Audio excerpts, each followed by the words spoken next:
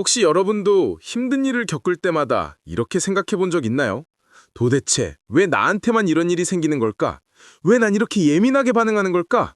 왜 내 인생은 이렇게 복잡한 걸까?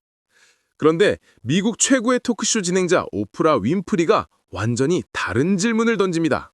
왜라고 묻지 말고 당신에게 무슨 일이 있었나요? 라고 물어보라는 거예요. 이 한마디가 어떻게 수많은 사람들의 인생을 바꿔놓았는지, 그리고 우리의 상처받은 마음이 어떻게 치유될 수 있는지 지금부터 8가지 핵심으로 풀어드릴게요. 정말 놓치면 안 되는 이야기들이니까 끝까지 함께 해주세요.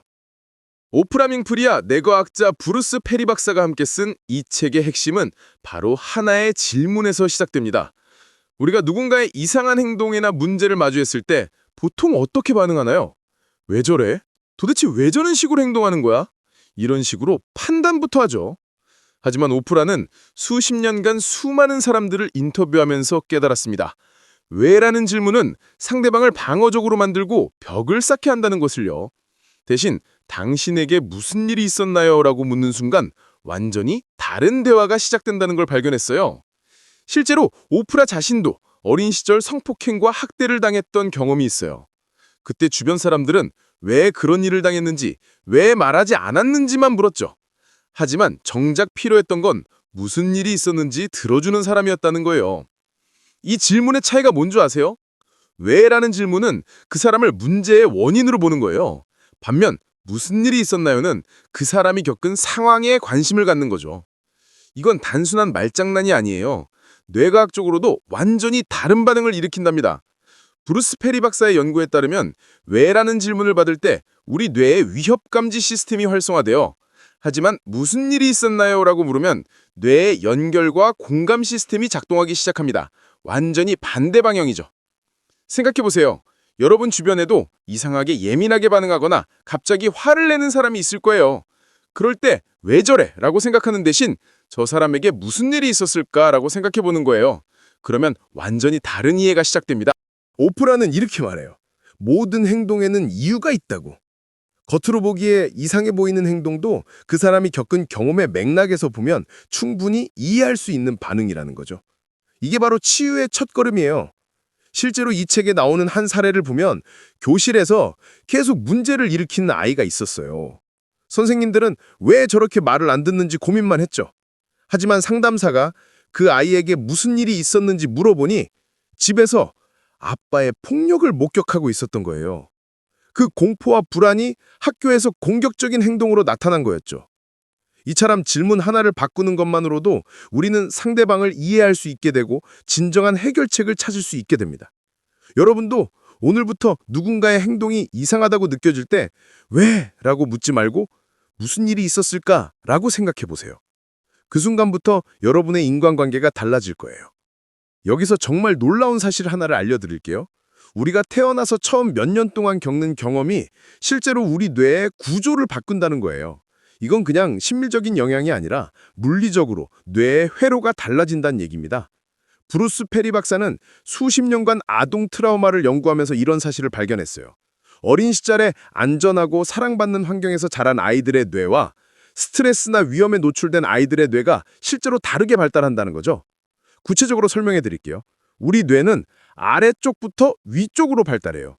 가장 아래쪽에는 생존을 담당하는 뇌간이 있고 그 위에 감정을 담당하는 변연계, 그리고 가장 위에 사고를 담당하는 대뇌피질이 있어요.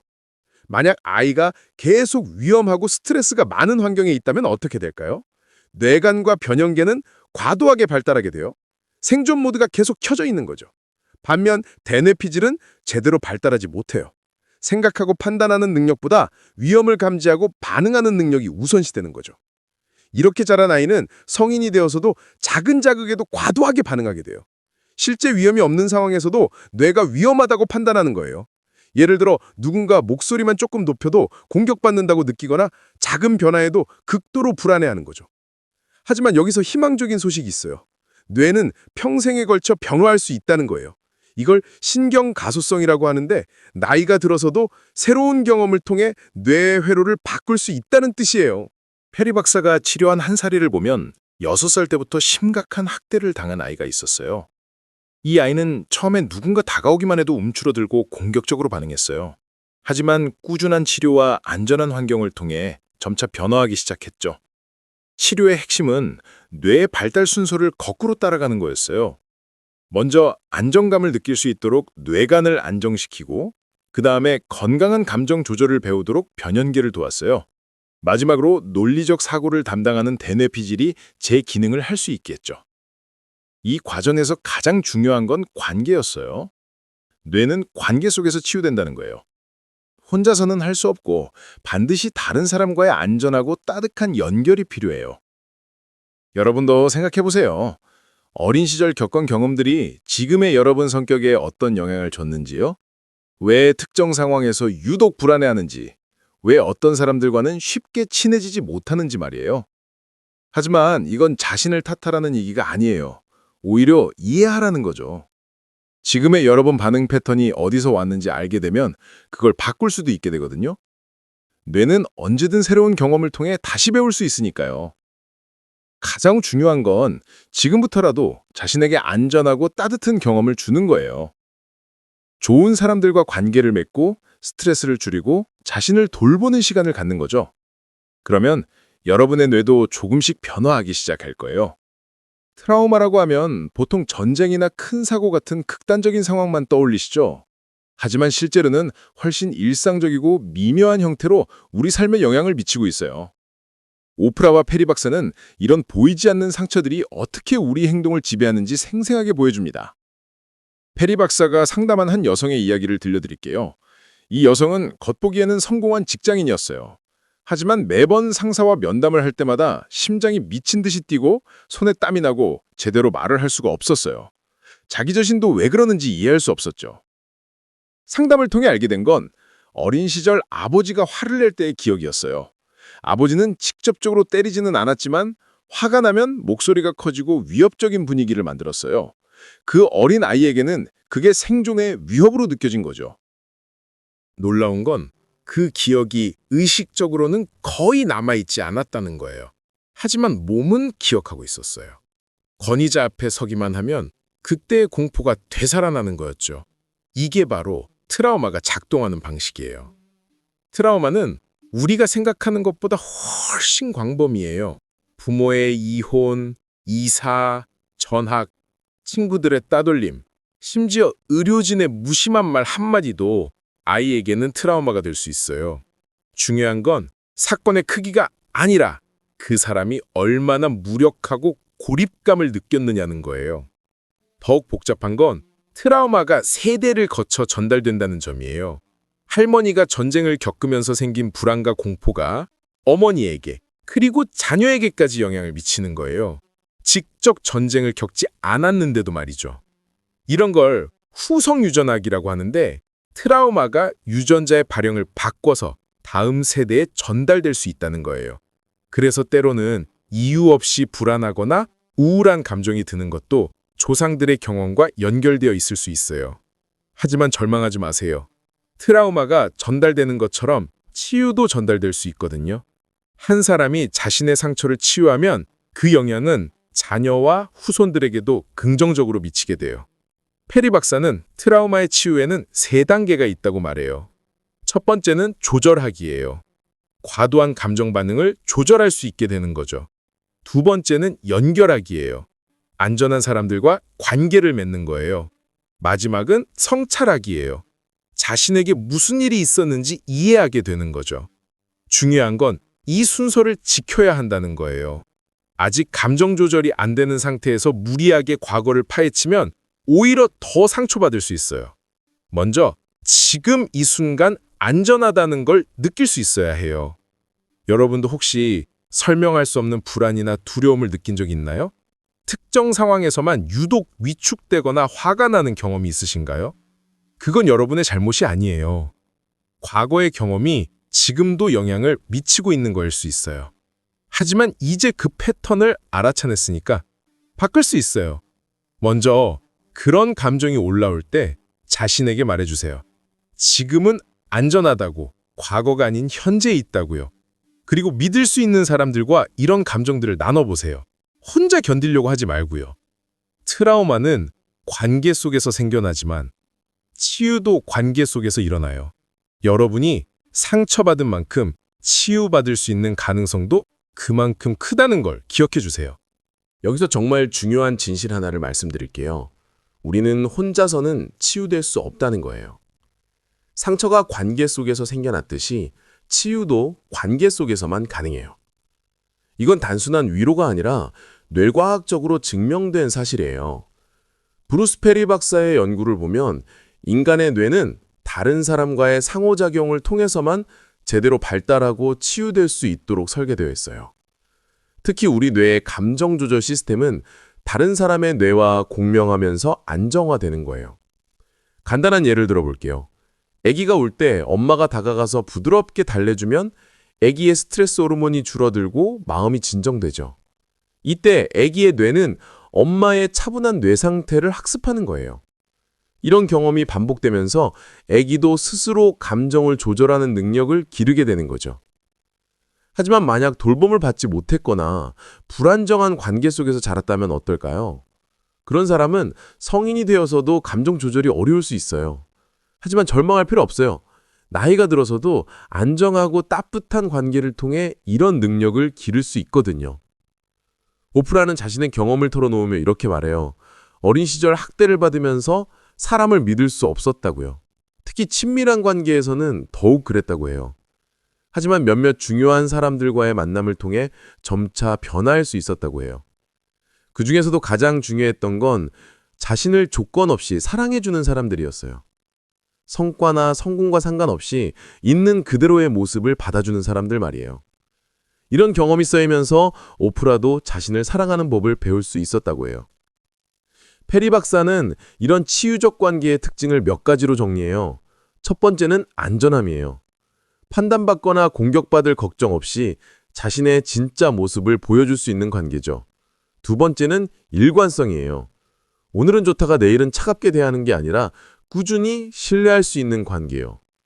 세 번째는 공감이에요. 내 감정을 이해하고 함께 느껴주는 사람이에요. 마지막은 존중이에요. 내 의견과 선택을 존중해주는 관계죠. 이런 조건을 만족하는 관계가 바로 치유의 관계예요. 흥미로운 건 이런 관계가 꼭 가족이나 연인일 필요는 없다는 거예요. 친구, 상담사, 멘토, 심지어 반려동물과의 관계도 치유 효과가 있을 수 있어요. 중요한 건 그 관계 속에서 안전하고 사랑받는다고 느끼는 거예요. 책에서 소개하는 한 사례를 보면 심각한 트라우마를 겪은 청소년이 상담을 받게 됐어요. 처음에는 아무에게도 마음을 열지 않았죠. 하지만 상담사가 몇 달 동안 꾸준히 인내심을 갖고 기다려주면서 변화가 시작됐어요. 그 상담사는 특별한 치료 기법을 쓴 게 아니에요. 그냥 매주 같은 시간에 만나서 그 아이의 이야기를 진심으로 들어줬어요. 판단하지 않고 충고하지도 않고 그냥 들어주기만 했죠. 그것만으로도 그 아이의 뇌는 조금씩 변화하기 시작했어요. 여러분도 주변을 한번 돌아보세요. 나에게 치유의 관계를 제공해주는 사람이 있나요? 반대로 나는 누군가에게 그런 관계가 되어주고 있나요? 만약 그런 관계가 없다면 지금부터라도 만들어가면 돼요. 가장 중요한 건 완벽한 관계를 찾으려고 하지 말라는 거예요. 세상에 완벽한 사람은 없으니까요. 대신 진정성 있게 연결될 수 있는 사람을 찾는 거예요. 서로의 상처를 이해하고 함께 성장해 갈 수 있는 사람 말이에요. 그리고 기억하세요. 관계는 일방통행이 아니에요. 받기만 하는 게 아니라 주기도 해야 해요. 다른 사람의 아픔에 공감해주고 따뜻한 말 한마디 건네주는 것만으로도 여러분은 누군가에게 치유의 관계가 될 수 있어요. 트라우마를 겪은 사람들에게 가장 먼저 필요한 게 뭘까요? 바로 안정감이에요. 몸과 마음이 지금 이 순간 안전하다고 느낄 수 있어야 치유가 시작될 수 있어요. 하지만 많은 사람들이 이 기본적인 안전감조차 느끼지 못하고 살아가고 있어요. 페리 박사는 이렇게 설명해요. 트라우마를 겪은 뇌는 항상 위험을 찾고 있다고요.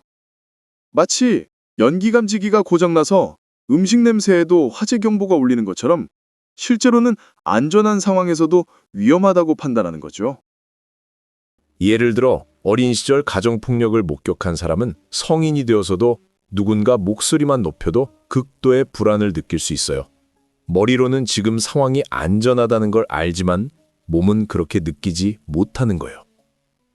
이럴 때 중요한 건 몸부터 진정시키는 거예요. 뇌의 논리적 사고 부분보다 생존 본능을 담당하는 부분이 먼저 작동하기 때문이에요. 아무리 이성적으로 설득해도 몸이 위험하다고 느끼면 불안은 계속될 수밖에 없어요. 그럼 어떻게 몸을 진정시킬 수 있을까요? 가장 기본적인 건 호흡이에요. 깊고 천천한 호흡은 우리 신경계에 안전 신호를 보내요. 특히 날숨을 들숨보다 길게 하면 더 효과적이에요. 4초 들이마시고 6초 내쉬는 식으로요. 두 번째는 규칙적인 일상이에요.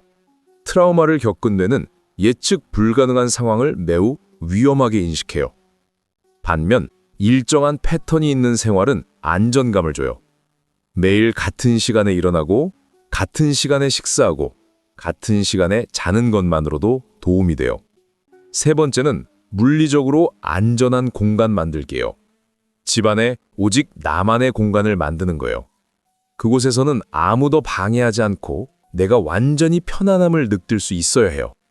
좋아하는 음악을 듣거나 책을 읽을 수 있는 공간 말이에요. 네 번째는 몸의 감각에 집중하기예요. 트라우마를 겪으면 자기 몸의 감각과 단절되는 경우가 많아요. 아픔을 느끼지 않기 위해 감각 자체를 차단하는 거죠. 하지만 치유하려면 다시 자기 몸과 연결되어야 해요.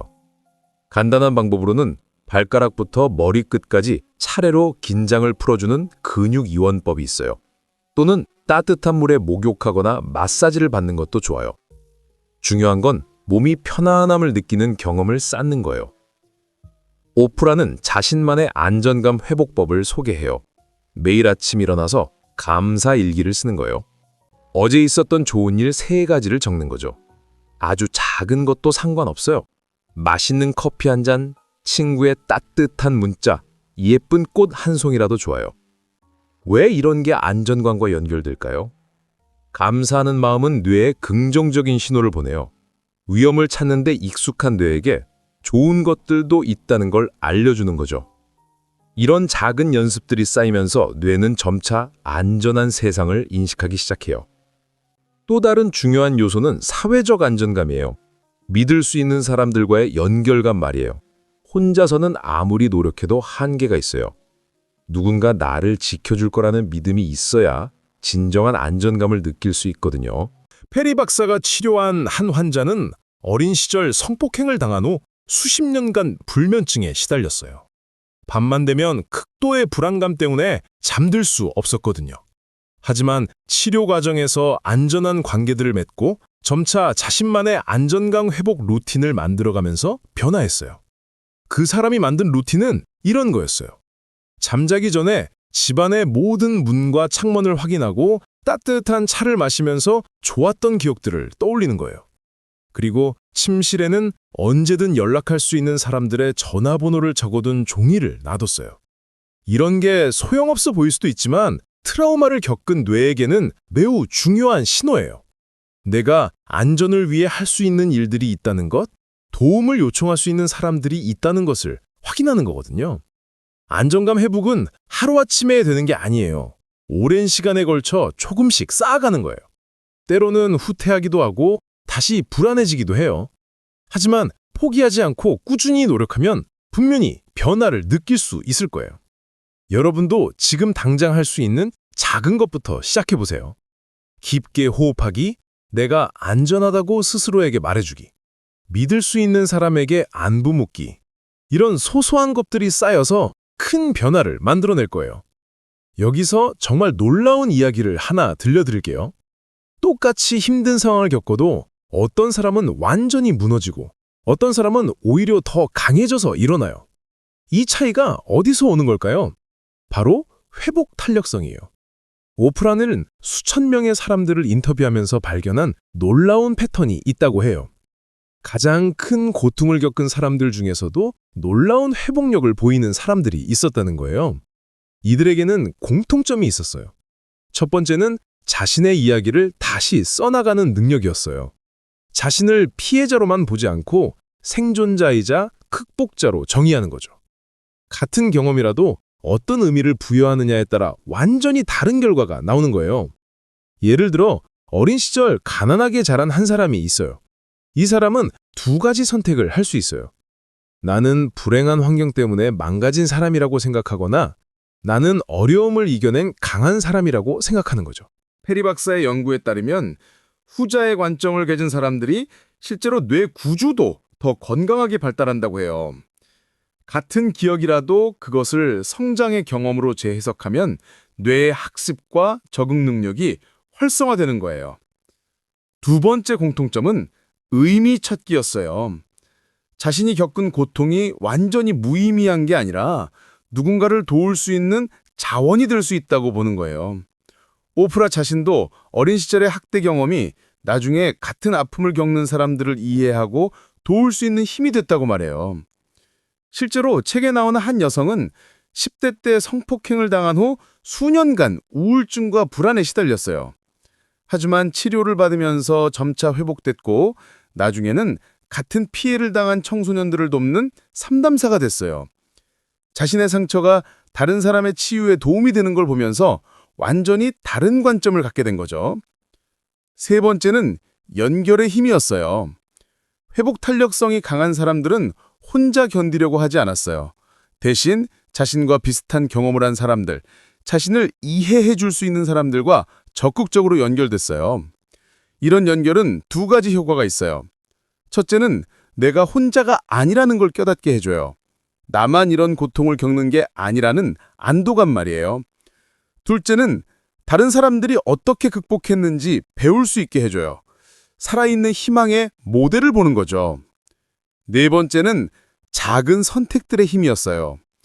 큰 상황은 바꿀 수 없어도 매 순간 작은 선택들은 할 수 있다는 걸 아는 거예요. 오늘 무엇을 먹을지, 누구와 시간을 보낼지, 어떤 생각에 집중할지 같은 것들 말이에요. 이런 작은 선택들이 쌓이면서 점차 더 큰 변화를 만들어낼 수 있다는 믿음이 회복 탄력성의 핵심이에요. 무력감에서 벗어나 다시 내 인생의 주도권을 잡는 거죠. 다섯 번째는 성장 마인드셋이었어요. 지금의 모습이 고정된 게 아니라 계속 변화하고 성장할 수 있다고 믿는 거예요. 실패나 좌절도 학습의 기회로 보는 관점 말이에요. 페리 박사는 이렇게 말해요. 회복 탄력성은 타고나는 게 아니라 기를 수 있는 능력이라고요. 마치 근육처럼 조금씩 단련할 수 있다는 거예요. 작은 도전들을 극복하면서 점차 더 큰 어려움도 이겨낼 수 있는 힘을 기르는 거죠. 여러분도 지금까지 살아오면서 수많은 어려움을 극복해 왔을 거예요. 그때 여러분을 일으켜 세운 힘이 무엇이었는지 한번 돌아보세요. 그게 바로 여러분만의 회복 탄력성이에요. 그리고 기억하세요. 지금 힘든 상황이 있다고 해서 여러분이 약한 사람은 아니에요. 오히려 지금까지 버텨온 것만으로도 놀라운 강함을 보여준 거예요.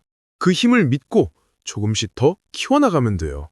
오프라가 수십 년간 토크쇼를 진행하면서 깨달은 가장 중요한 진실이 있어요.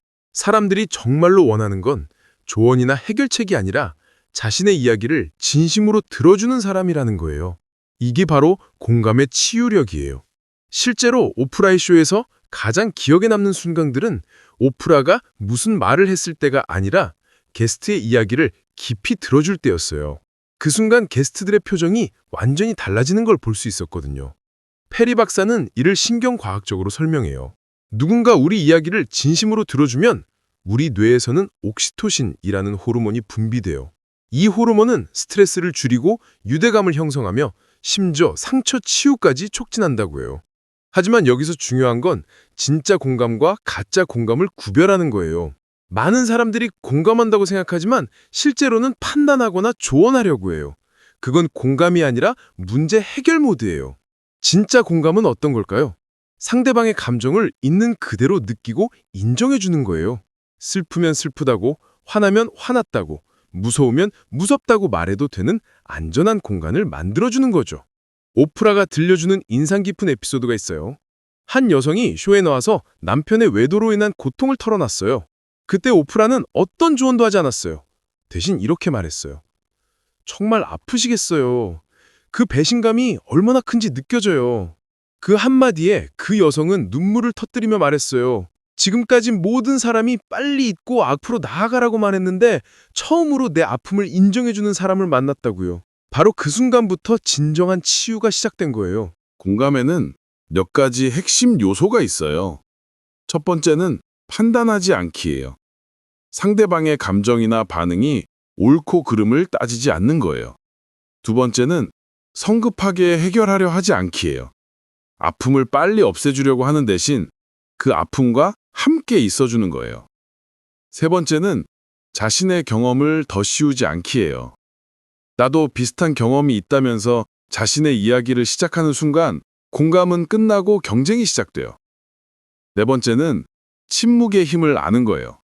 때로는 아무 말 안 하고 그냥 함께 있어주는 것만으로도 충분해요. 페리 박사가 치료하는 아이들 중에 말을 전혀 하지 않는 아이가 있었어요. 심한 트라우마로 인해 완전히 마음의 문을 닫아버린 거였죠. 다른 치료사들은 다양한 방법으로 아이가 말하도록 유도하려고 했지만 소용없었어요. 하지만 페리 박사는 다른 접근을 했어요. 그냥 그 아이 옆에 조용히 앉아있기만 했어요. 말을 시키려고 하지도 않고 놀이를 강요하지도 않았어요. 그냥 함께 있어준 거예요. 몇 달 후 그 아이가 처음으로 작은 소리를 냈어요. 그게 치유의 시작이었어요. 이처럼 공감은 기술이 아니라 존재 방식이에요. 무엇을 해주려고 하는 게 아니라 어떻게 함께 있어주느냐의 문제예요. 이건 전문적인 상담사만 할 수 있는 게 아니에요. 우리 모두가 서로에게 줄 수 있는 선물이에요. 여러분도 누군가 힘들어할 때 이렇게 해보세요. 조언하고 싶은 마음을 잠시 접어두고 그냥 들어주세요.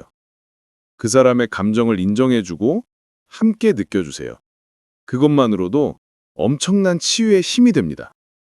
그리고 여러분 자신에게도 이런 공감을 베풀어 주세요.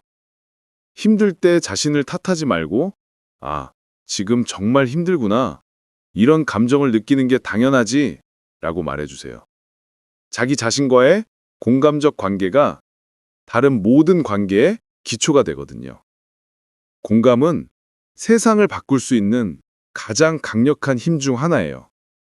한 사람의 진심 어린 이해가 다른 사람의 인생을 완전히 바꿀 수 있거든요. 여러분도 오늘부터 그런 치유의 사람이 되어보세요. 이제 가장 희망적이고 강력한 메시지를 전할 시간이에요. 과거는 바꿀 수 없지만 과거의 의미는 새롭게 쓸 수 있다는 거예요. 여러분은 자신의 인생 이야기를 다시 쓸 수 있는 작가예요. 오프라는 이렇게 말해요. 우리 모두는 두 개의 이야기를 가지고 있다고요. 하나는 우리에게 일어난 일들의 이야기예요. 이건 사실이고 바꿀 수 없어요. 하지만 또 다른 이야기가 있어요. 그 일들이 우리에게 어떤 의미인지에 대한 이야기예요. 이건 우리가 선택할 수 있어요. 예를 들어 어린 시절 학대를 받은 사람이 있다고 해보세요. 사실은 변하지 않아요. 하지만 그 사실에 대한 해석은 바꿀 수 있어요. 나는 학대받은 불쌍한 피해자일 수도 있고 극한 상황을 견뎌낸 강한 생존자일 수도 있어요. 같은 경험이지만 완전히 다른 정체성이 되는 거죠. 페리 박사는 이런 과정을 신경학적 재편성이라고 불러요. 뇌는 평생에 걸쳐 새로운 연결을 만들고 기존 연결을 바꿀 수 있어요. 과거의 기억에 새로운 의미를 부여하면 실제로 그 기억과 연결된 뇌의 회로가 변화한다는 거예요. 이 과정에서 가장 중요한 건 자기 서사권을 되찾는 거예요. 서사권이라는 건 내 이야기를 누가 써나가느냐의 문제예요. 지금까지는 트라우마가, 상처가, 다른 사람들의 평가가 여러분의 이야기를 써왔을지도 몰라요. 하지만 이제는 여러분이 직접 쓸 차례예요. 책에서 소개하는 감동적인 사례가 있어요. 한 남성이 어린 시절부터 알코올 중독인 아버지와 우울증에 시달리는 어머니 밑에서 자랐어요. 그는 오랫동안 자신을 망가진 가정의 피해자라고 생각했어요. 그리고 실제로 성인이 되어서도 인간관계에서 어려움을 겪었죠. 하지만 상담을 받으면서 점차 다른 관점을 갖게 됐어요. 어려운 환경에서도 포기하지 않고 자신을 지켜낸 강인함, 부모를 돌보며 기른 책임감, 고통을 통해 얻은 다른 사람에 대한 깊은 이해력 같은 것들을 발견한 거예요. 그는 자신의 이야기를 이렇게 다시 썼어요. 나는 어려운 환경에서도 굴복하지 않았던 사람이고 그 경험을 통해 다른 사람의 아픔을 이해할 수 있는 능력을 키운 사람이라고요. 같은 과거지만 완전히 다른 의미가 된 거예요. 새로운 이야기를 쓰는 데는 몇 가지 단계가 있어요. 첫 번째는 현재의 이야기를 인식하는 거예요. 지금 내가 나 자신에 대해 어떤 이야기를 하고 있는지 살펴보는 거죠. 나는 실패자다. 나는 사랑받을 자격이 없다. 나는 변할 수 없다 같은 부정적 서사 말이에요. 두 번째는 그 이야기에 도전하는 거예요. 정말 그럴까? 반대되는 증거들은 없을까? 다른 관점에서 보면 어떨까? 하고 질문해 보는 거예요. 보통 우리는 자신을 가장 혹독하게 판단하거든요. 친한 친구라면 절대 하지 않을 말들을 자신에게는 서슴없이 하죠. 세 번째는 새로운 가능성을 탐색하는 거예요. 만약 내가 생각하는 것과 다른 사람이라면, 만약 내 과거의 경험들이 약점이 아니라 강점이라면, 만약 내가 변화할 수 있는 사람이라면 이런 상상을 해보는 거예요. 네 번째는 작은 실험을 해보는 거예요. 새로운 이야기가 사실인지 확인해보는 거죠. 예를 들어 내가 사람들과 연결될 수 있는 사람이라는 이야기를 쓰고 있다면 실제로 누군가에게 먼저 연락해보는 거예요. 마지막은 새로운 이야기를 강화하는 거예요. 새로운 서사를 뒷받침하는 경험들을 의식적으로 주목하고 기억하는 거예요. 우리 뇌는 자신이 믿는 것을 확인하려는 경향이 있거든요. 부정적 이야기를 믿으면 부정적 증거만 보이지만 긍정적 이야기를 믿기 시작하면 긍정적 증거들도 보이기 시작해요. 오프라는 이렇게 말해요.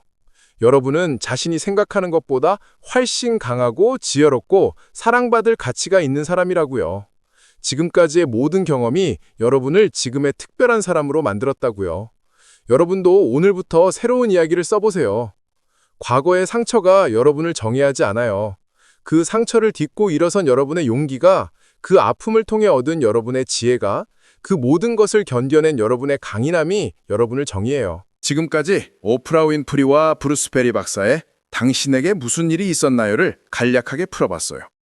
질문을 바꾸면 삶이 달라지고 우리 뇌는 관계 속에서 치유되며 트라우마의 흔적도 새로운 경험으로 바꿀 수 있고 안전감을 회복하고 회복 탄력성을 기르며 공감과 이해의 힘을 통해 마침내 우리만의 새로운 이야기를 써나갈 수 있다는 희망적인 메시지였어요. 이 책을 직접 읽어보시면 더 깊이 있는 사례들과 구체적인 치유 방법들을 만날 수 있을 거예요. 특히 각자의 상황에 맞는 맞춤형 조언들이 정말 도움이 될 거라고 생각해요. 여러분의 삶에서 당신에게 무슨 일이 있었나요? 라는 질문이 필요한 순간은 언제였나요? 또는 지금 이 순간 누군가에게 하고 싶은 이 질문이 있으신가요? 댓글로 나눠주세요. 여러분의 이야기가 다른 분들에게도 큰 힘이 될 거예요. 더 많은 치유와 성장의 이야기를 함께 나누고 싶다면 구독과 좋아요 버튼 꾹 눌러주세요. 여러분의 작은 관심이 더 많은 사람들에게 희망의 메시지를 전하는 큰 힘이 됩니다. 다음에도 여러분의 인생을 바꿀 수 있는 더 좋은 책들로 찾아뵐게요. 오늘도 수고 많으셨고 행복한 하루 되세요.